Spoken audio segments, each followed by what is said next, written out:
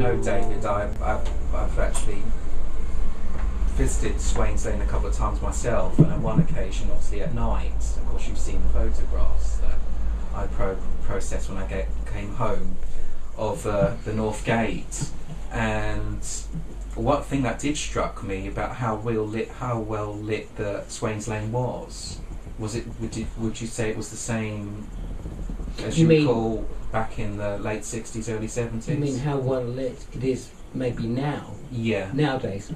No, certainly not, no.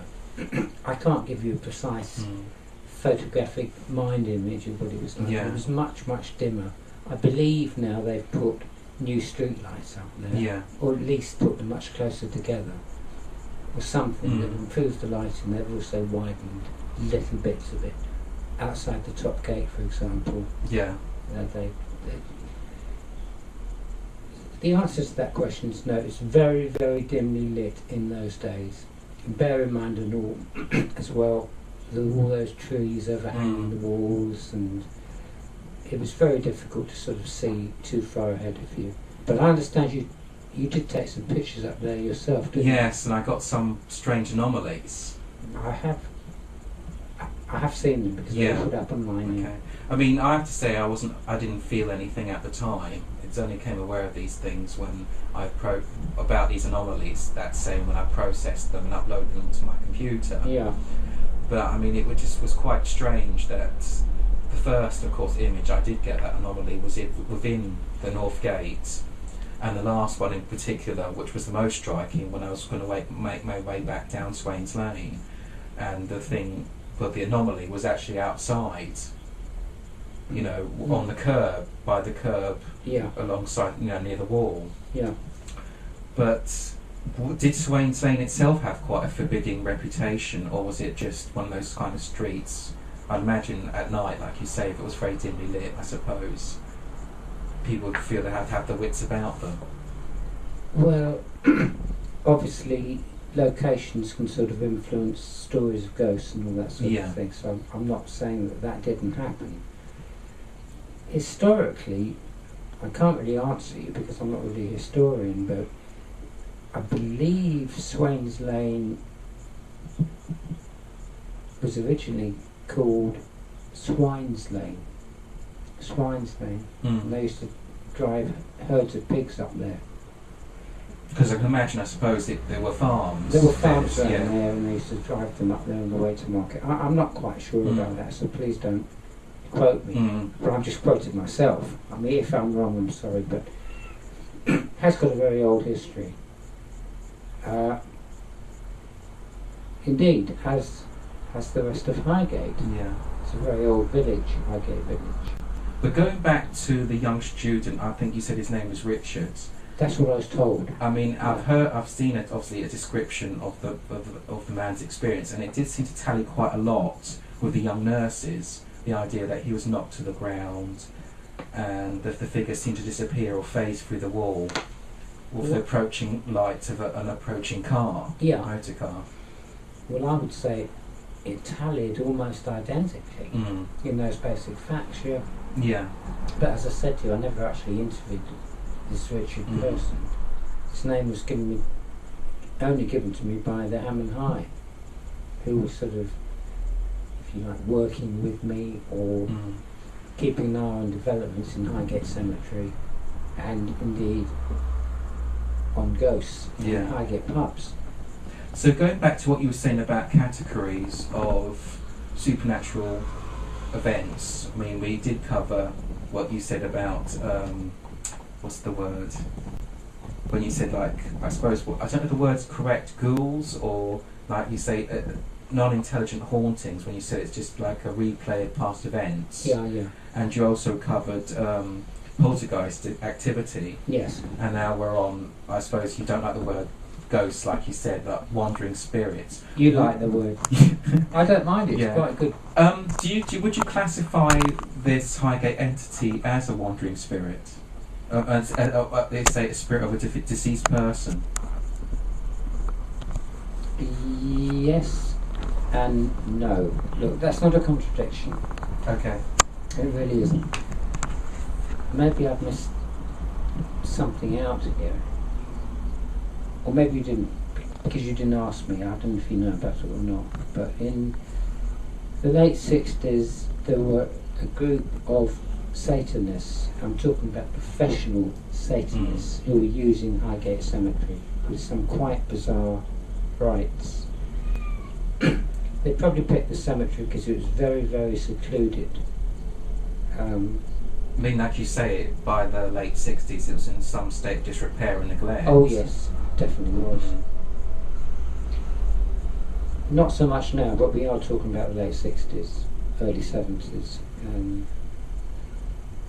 mean, would you say there was a kind of, it was used for black magic purposes? Was that something that was particularly contemporary to that time, or was there any local talk about, because you say that there's been stories of a ghost or an entity haunting Highgate Cemetery dating back from before the 1960s. Yeah. Did the sort of black magic angle or relationship have a similar vintage? I put the black magic satanic activity, if you like, into the late 60s, Okay. 1960s. I don't think they were really influenced. I don't even think they were impressed by stories of this earthbound, sorry, my words, earthbound phenomenon there. No, they were using Highgate Cemetery for the purposes of conducting quite professional rituals inside the cemetery.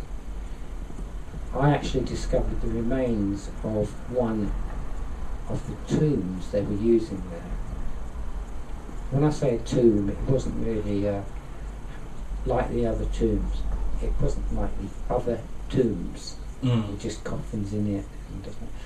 So this was kind of like a mausoleum? It was a mausoleum right in the heart of the cemetery, but entirely sort of hidden from view if you didn't know where to look for it.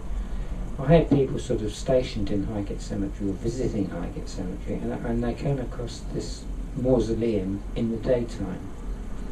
There were no coffins in it, but it was like a small chapel. It had a huge marble door which was still open. You could just, it was very, very, very heavy, but you could put it open. And because I think I know which one you're talking about, because it's been restored, but I can't name it. Can't recall its name. Well, I can. It's on public record. It was the Corey Wright Mausoleum, and it was reported to me that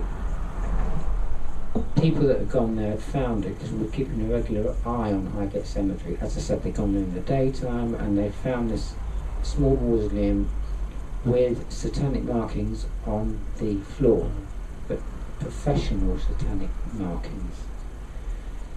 There was a triangle, and enclosed within the triangle was a pentagram, but an inverted pentagram, which, as you probably know, in negative black magical practices, pentagram is inverted. There were the signs of Mars, Saturn, and the moon, the new moon, the black moon, at each apex of the pentagram. Okay. And there were also the burnt down stubs of black candles. Now, the candles, I mean, without exaggerating, they were probably as thick, as wide as the rim of that glass. As the rim of that wine glass. And they were very low, and there was black wax all over the floor. So it's certainly evidence of a lot of use. Certainly evidence of a lot of usage. It hadn't just been used once. It was in regular usage. And the first thing I did was to take, well, I went there with other people that reported it. I took photographs of the markings on the And this floor. was your organisation, was it the British Occult Society, as it was called then? British Psychic and Occult Society. Okay. Yeah. We had to change the name. Yeah, but that's as originally. We're talking called, about yeah, the same yeah. society, yes. And this was because you say, I've read your works, and you say your group embarked on an investigation into the Highgate phenomenon in 1969. And what prompted it? I mean, I know you heard about local stories, and you were quite curious to investigate it. But what sort of prompted you as a group? Was it just you wanted to get some verification about these stories? Yes, but the more we were investigating, the more and more these things kept coming to light. Okay. I mean, the latest thing. Did this kind of thing, the black magic thing, come as a surprise to you and your group? I mean, did you heard rumours of yeah, black magic, but nothing verifiable up to then? No, not up until then. I photographed the markings on the floor in daylight. It was one afternoon, including the burnt down stubs of the black candles and all the markings. And who recognised them as a black magic? I mean, I suppose one would say it's quite obvious. Well, I did for one, because I'm experienced in that field. I can tell white magic from black magic. Or from your own studies? Yes, yes. Yeah. It was, I mean, for example, the signs of the new moon, Saturn and Mars, in that conjunction, they're pretty lethal if used in that respect. They're used for a negative purpose. They'd moved a marble bust. I think I just said to you that there were no coffins in that mausoleum. I think there were a couple of cremation urns, and also there was a huge marble bust in there. And they'd moved the bust just adjacent to the north of this triangle they'd inscribed on the floor.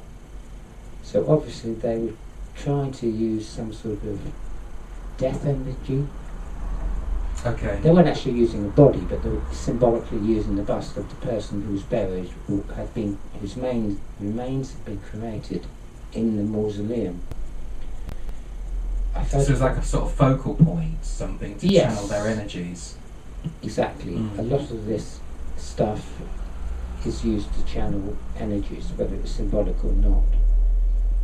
And I actually wrote to obviously had the photographs developed, and I was contacted by the editor of the Ham and High Express,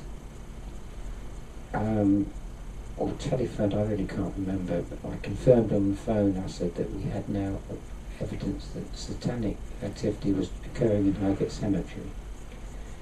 He wrote to me and he said, I'm still very interested in Highgate. This was in 1971. Okay. I'm still very interested in Highgate Cemetery.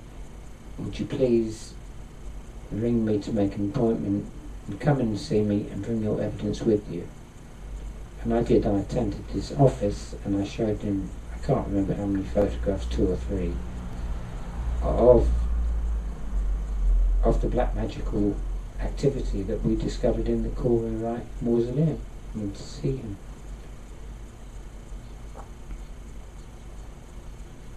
Do you have any sort of idea what that kind of ceremony, what was the purposes behind it? I have some idea, yes, but it certainly wasn't anything to do with white magic. Okay. And, you know, as I've said many times before, if you don't mind saying it again now to you, magic is neither black nor white. It's quite a neutral thing, you'd say. It is neutral. What can be termed black or white, or if you like, negative and positive. Though the energy is neutral, what can be termed black or white are the intentions of the people using it. For example, if this energy is summoned up or directed to help people, to cure people, to influence for good, you can safely term it white. If the energy is used for self-gain, self-gratification, aggrandizement on something, yeah. Yes, or self-advancement, success in business, success in sex even. And let's face it, a lot of these people do use magic for that purpose. They want to gain a partner, or they want to gain some sort of relationship, but it's always a negative one. So would it be like almost like the inverse of, say, somebody who's a Christian, maybe a Catholic Christian, praying for a saint, not necessarily to God directly, but a saint to, I suppose they say the saint could be a go-between between them and God if they ask for... Intermediary. Yeah, and yeah. Would black is this the same sort of equivalent? It's the same sort of equivalent, only it's the complete reverse. Mm. It's very similar in that respect, but it's done for the wrong purposes. So in their case, it would be a positive a positive outcome if they were seeking fame or success, or, like you say, looking for a partner. But also, it could also be used in a negative turn for somebody who they regard as an enemy or something, or somebody who stood in their way. Yes, absolutely. And they would either try to harm that person or maybe even eliminate that person by means of the energy which they'd summoned forth. And what I was going to mention is that I became convinced that in some way, by their rituals, they were somehow responsible for actually, I won't use the word creating, but actually invoking or actually reactivating this energy which somehow the appearances of the so-called phenomenon there. So you're saying this thing was obviously pre-existing, but somehow by either accident or design it was drawn on the energies they were generating? Yes, or they were rather drawing on its energies and manipulating it. So it became, like you could say, like a puppet sort of thing, or an autonomous. What's the word? I don't. A vehicle for their own purposes, so to speak. In a manner of speaking, yes. Yeah, I'm quite sure the rituals they were performing escalated the appearances of the phenomenon there, if I can just put it like that. So either, like you're saying, either it was just a byproduct of their activity, or something that they were actually deliberately manipulating. They knew of its existence and deliberately manipulating it. It could have been either. Either. Yeah. I don't know. I really don't know. But I do know that since they started practicing at Highgate Cemetery, it coincided with all these sightings of this phenomenon, which was by now taking on an even more and more malignant nature. Because I do recall you do say in Beyond the Highgate Vampire that when your group were conducting vigils at the cemetery that some of your colleagues actually saw the thing itself as well. After I sighted it in 1969, yeah, I'd gone there to check up try and find some logical explanation for the two reports I had from the old lady and the accountant. Yeah.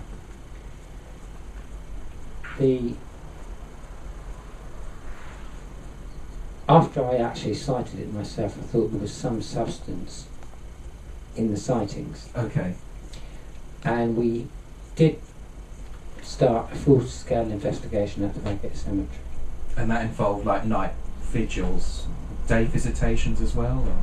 Both. Both? Yeah, obviously in the day, because we had to get pictures of the cemetery. Going in the day was much easier because the cemetery was open to the public at that time. Because I know one particular interest to your group was what you call the Thornton spot, the area which Thornton, which for obviously those who don't know, was the pseudonym you gave for the accountant that experienced the apparition within the cemetery. Well, that's right, actually. Thornton was very close to his real name. Okay. Pretty close. But when I went to interview him, he actually asked me not to use his real name, presumably because of his job. His reputation. Yes, exactly, because he's an accountant, interested in facts and figures. Level-headed. He didn't even believe in ghosts. What he saw really surprised him. And I mean, going back to Thornton, you say that he turned around and saw this thing. Did it affect him in any way? Or was it quite a similar experience to yours?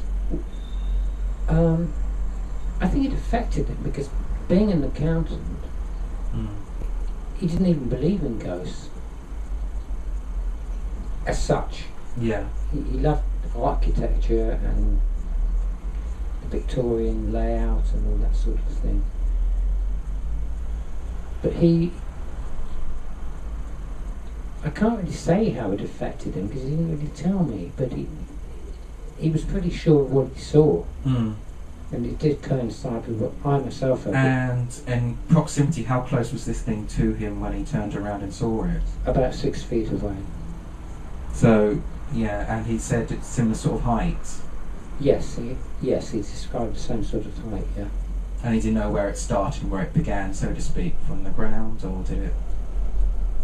Well, it did appear in daylight, albeit bad daylight. Yeah. It was very dim and dark. Did he say it was quite a solid dark mass, or was it something he could see through? Or No, he said it was solid. solid?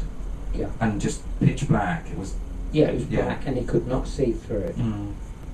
But he did describe its eyes. That's the point which interested me.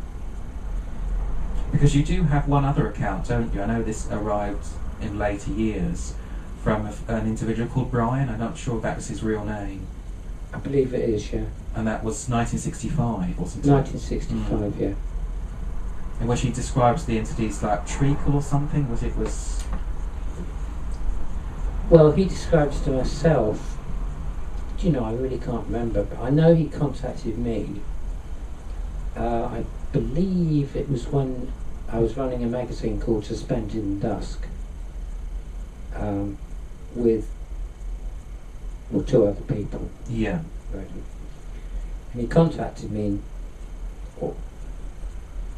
and he said that he had an experience in 1965, and he gave me all the details. I also have it in writing, because this was really before the days of emails, at least before the days I used to use emails, so it's all done by letter. I mean, I've read it myself, so it's quite obviously a first-hand account. Yeah, well, I copied out his account from his letter. I believe I published it, I can't remember where, honestly, but it was up on the internet, so that's probably where you saw it. Yeah. He described, again, it was late, same sort of time at night. It was at the top of Swains Lane, near the North Gate, and he had a dog with him, I believe. Yeah, he had a pet dog. Mm. And the dog was terrified and tried to drag him towards Highgate Village. And he described it as a tall, dark figure, but he described it as sort of sliding over the wall as a back. Like treacle, like he said, and then it sort of took form, I think he said. That's the words he used, yeah, he used the word treacle. And it suddenly metamorphosed or into a tall, dark figure, or vice versa. It metamorphosed. Tall dark figure first, then it sort of vanished by taking the form of a black sort of substance which just slid over the wall, yeah. Yeah. I mean, going back to your saying about there being like 3 categories, do you hold any sort of opinion on what some people sometimes classify as a 4th category, that of an inhuman entity, something that I classified as before something that was never alive, something quite similar to a poltergeist but quite intelligent but malignant? When you say never alive, you like demonic, I suppose. Yes, but you're saying wasn't the spirit of someone that was deceased? No. Something that might have been summoned into this plane of existence. Well, yes, that's possible, yeah. That's very possible, yeah. Could that have been the entity itself, or were you still convinced it was, like say, a restless spirit of somebody who had passed? Well, I never committed myself one way or the other. I never actually said it was... You kept an open mind. The restless spirit of somebody who passed. I never said, incidentally, it was a vampire either. Anyway. So, those were things that maybe were attributed to me, what I meant. I mean, you said, I remember it, like I said before, and beyond the Highgate vampire, you said some of your colleagues actually, during their vigils, actually saw the entity itself. Yes, while they were keeping watch. I should say we didn't have huge groups of people in Highgate Cemetery. No. After we had the meeting, we had volunteers. It always 2 people at a time, going to the cemetery at night, armed with very little except cameras, to try and get some photographic evidence of the entity. And They wouldn't stay there all night, but they would usually go there at 11, 12, 1 in the morning, 2 in the morning, and stay as long as they could. And on one occasion, it was reported to me very clearly, in fact on 2 occasions, it was reported by 2 individual people that had been into the cemetery. One of them had actually glimpsed it, but only in the distance, but he saw a distinct shape and it just glided off the path. It seemed to just disappear into the undergrowth. And by the time he sort of alerted the other person who turned around with the camera, it had just disappeared. But yes, we did have people stationed at Highgate Cemetery. The purpose was to try and get some photographic evidence of the entity's existence. Were any of you, when you did your vigils, kind of, obviously I suppose because you had evidence of black magic activity, were you worried that you might actually bump into these individuals? Very concerned, yes. Very concerned. We always. So I suppose you guys were always kind of aware of a quick exit. You didn't necessarily, you know. You mean we're always aware of the yeah, of possible necessity of human assailants, yeah. Yes, yeah. You know, you've got to remember also, there was another example too, in 1971. A man was actually found dying in Highgate Cemetery. This is the man that, from the mental hospital, wasn't it? The patient. Yes, I believe the Priory, so. I think, wasn't it? The Priory Hospital. I believe that was it, yeah. And he was found discovered by a police officer. And he went in and sort of realised he had stab wounds, I believe, to his throat and his back. But he was dying, and he alerted, an ambulance, and I believe he died later in the Whittington Hospital. And I was informed of this because the police at that time, or rather by that time, there had been all these stories of vampires, and they were trying to play it all down. The police, the higher-ups of the police didn't want to inform the press, they didn't want to say anything because they wanted to sort of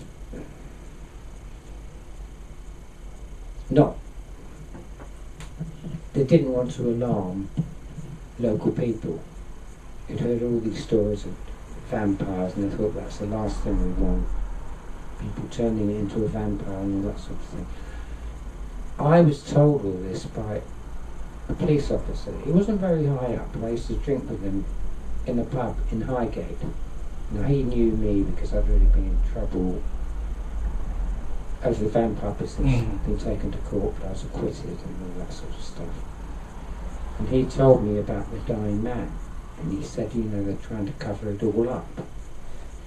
And they really were, because the police usually have a system of informing the local press, especially the local press and the national press, if any incidents occur, such as a burglary, a fire in a house, or even a cat being caught up a tree and have to call the fire brigade. That's how the press get a lot of their small little stories. There was no mention of this in the press whatsoever. And there's the kind of official story out, wasn't it? It was suicide. Yeah, but the official story only came out when they had a coroner's inquest, which they couldn't really avoid. They had to go to court, so the story came out. What you just said, yes, the official verdict was suicide. And I actually put in my book, I believe it was Beyond the Highgate Vampire, I was writing up about the case. I couldn't believe this was the case at all.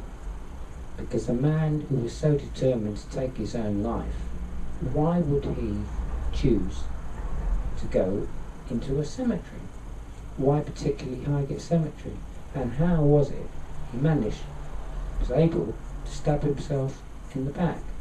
And considering the distance he'd come, I suppose it was the Priory in Richmond, I believe. Southwest I know London. it came a long way. Yeah. It didn't quite add up. No.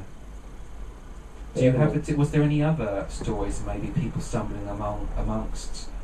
Because I know that there was some concern maybe he was he chanced amongst this black magic group.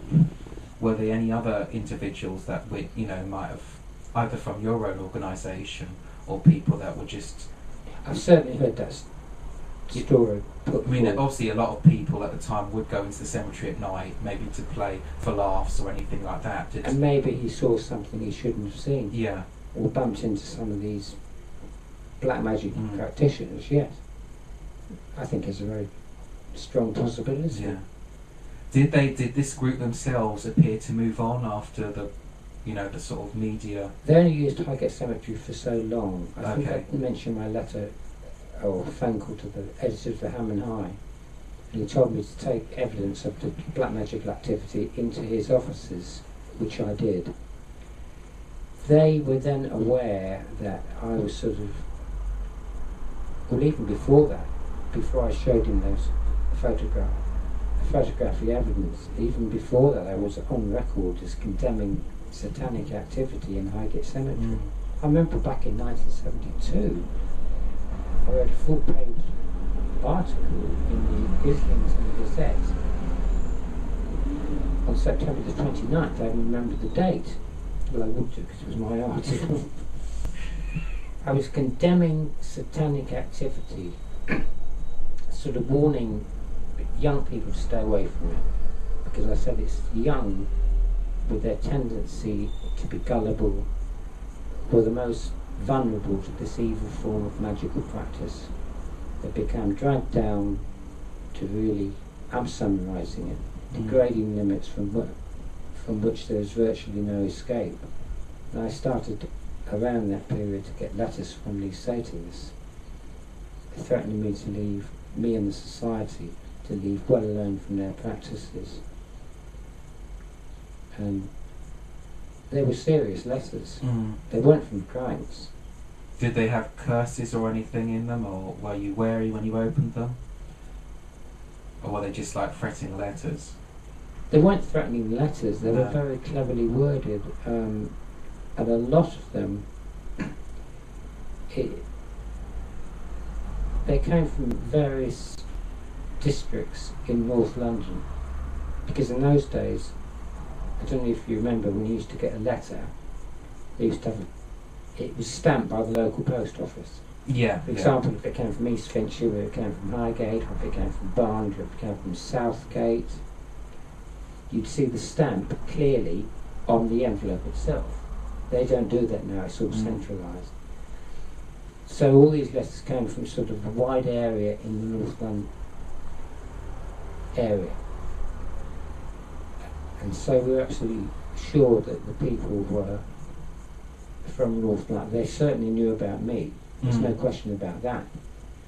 And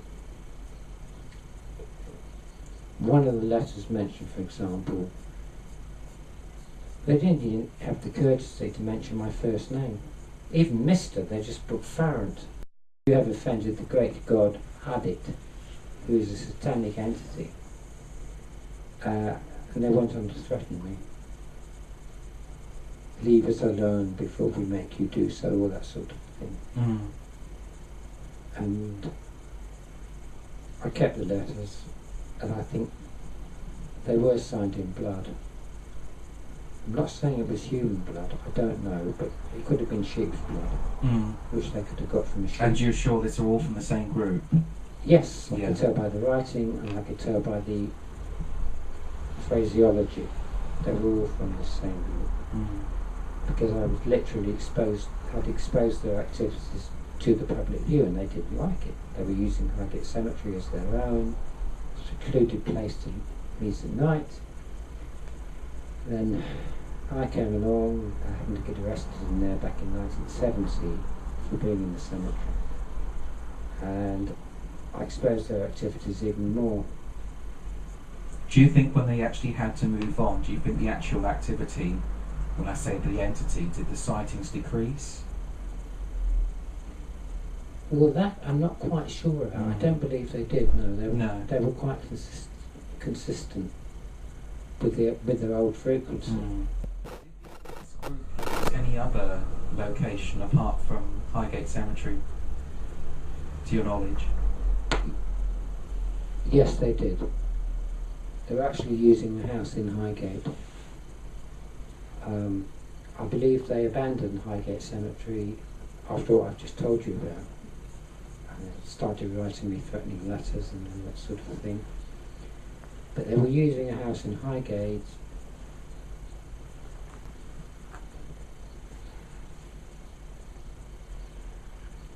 They were using the name, but it was only a front name. It wasn't a real name. I must stress that. They were using the name the Pagan Pathfinders. And a lady came to see me in 79, 80, 81, I'm not quite sure without checking. She had been attending their meetings. She was an Italian lady and she had a young son. Oh, he was only about a year or two old, he wasn't very old. And apparently she suddenly disappeared after attending one of their meetings. After attending one or two or three of their meetings, but she told her employee, she's working as an au pair, but she was living in with her son. But she was attending the meetings, but she only told her the name. And she actually came to visit me. I spoke to her, and she said, "There's a lot of stuff I can't tell you here."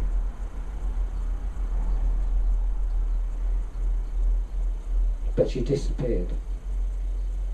And the thing is, she left all her clothes one evening before she was due to visit them in Highgate, and she never returned. Now her landlady, not her landlady as such, the family, the woman who she was the au pair for, notified the police and said she disappeared, and no one ever saw her again, except only a year or less than 2 years after that, she came into an inheritance in Italy, and quite a large inheritance. Someone had died, obviously, and she had money, but she never came forward to claim her inheritance. Now, whether that means it's hardly likely she hadn't heard about it, because they'd been trying to contact her everywhere. They didn't know where she was.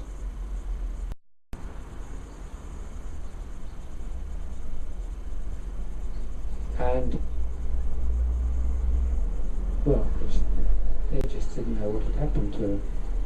But she'd gone to this meeting at this particular house, which was situated in Highgate. Do you know where the location was? Yes, and I still do. I also know that a few years after that, I also know they were also continuing to use this house. And a few years after that, the house was burnt out by fire completely. And the police discovered a body in it, and it was all put down to being a tramp who was sleeping wild. He was homeless, he was sleeping on the premises, because by this time the house was empty. But the fact is it burned down completely. The house they were then using. So you just have to draw your own conclusions from that.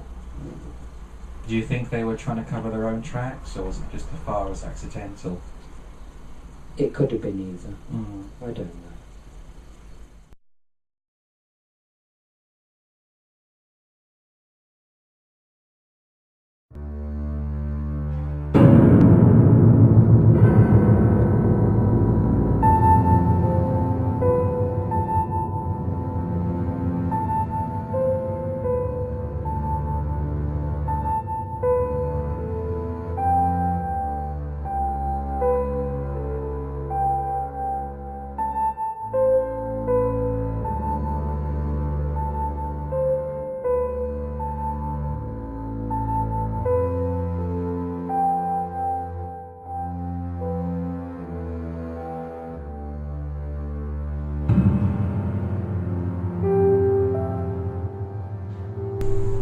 know, David, I've actually visited Swains Lane a couple of times myself, and on one occasion, obviously at night. Of course, you've seen the photographs. And they used to drive them up there on the way to market. I'm not quite sure about that, so please don't quote me. But I'm just quoting myself. I mean, if I'm wrong, I'm sorry, but it has got a very old history.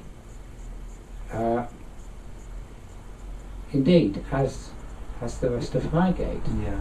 It's a very old village, Highgate village. But going back to the young student, I think you said his name was Richard.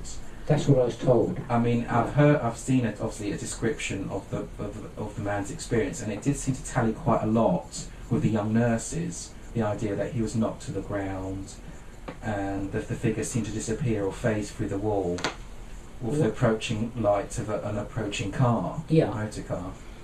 Well, I would say it tallied almost identically in those basic facts, Yeah. But as I said to you, by the curb, alongside, near the wall. Yeah. But did Swains Lane itself have quite a forbidding reputation, or was it just one of those kind of streets? I'd imagine at night, like you say, if it was very dimly lit, I suppose people would feel they had to have the wits about them. Well, obviously, locations can sort of influence stories of ghosts and all that sort of thing, so I'm not saying that didn't happen. Historically, I can't really answer you because I'm not really a historian, but I believe Swains Lane was originally called Swines Lane. And they used to drive herds of pigs up there. Because I can imagine, I suppose, there were farms. There were farms in those days. And bear in mind and all, as well, there were all those trees overhanging the walls, and it was very difficult to sort of see too far ahead of you. But I understand you did take some pictures up there yourself, didn't you? Yes, and I got some strange anomalies. I have seen them because they were put up online. Okay. I mean, I have to say I didn't feel anything at the time. It only came aware of these things when about these anomalies that same when I processed them and uploaded them to my computer. Yeah. But I mean, was quite strange that the first, of course, image I did get that anomaly was within the North Gate, and the last one in particular, which was the most striking, when I was going to make my way back down Swains Lane, and the anomaly was actually outside. On I processed when I came home of the North Gate, and one thing that did struck me about how well lit the Swains Lane was it? Would you say it was the same as you recall back in the late 60s, early 70s? You mean how well lit it is maybe now? Yeah. Nowadays? No, certainly not. No, I can't give you a precise photographic mind image of what it was like. It was much, much dimmer. I believe now they've put new street lights up there, or at least put them much closer together, or something that improved the lighting. They've also widened little bits of it outside the top gate, for example. The answer to that question is no. It's very, very dimly lit in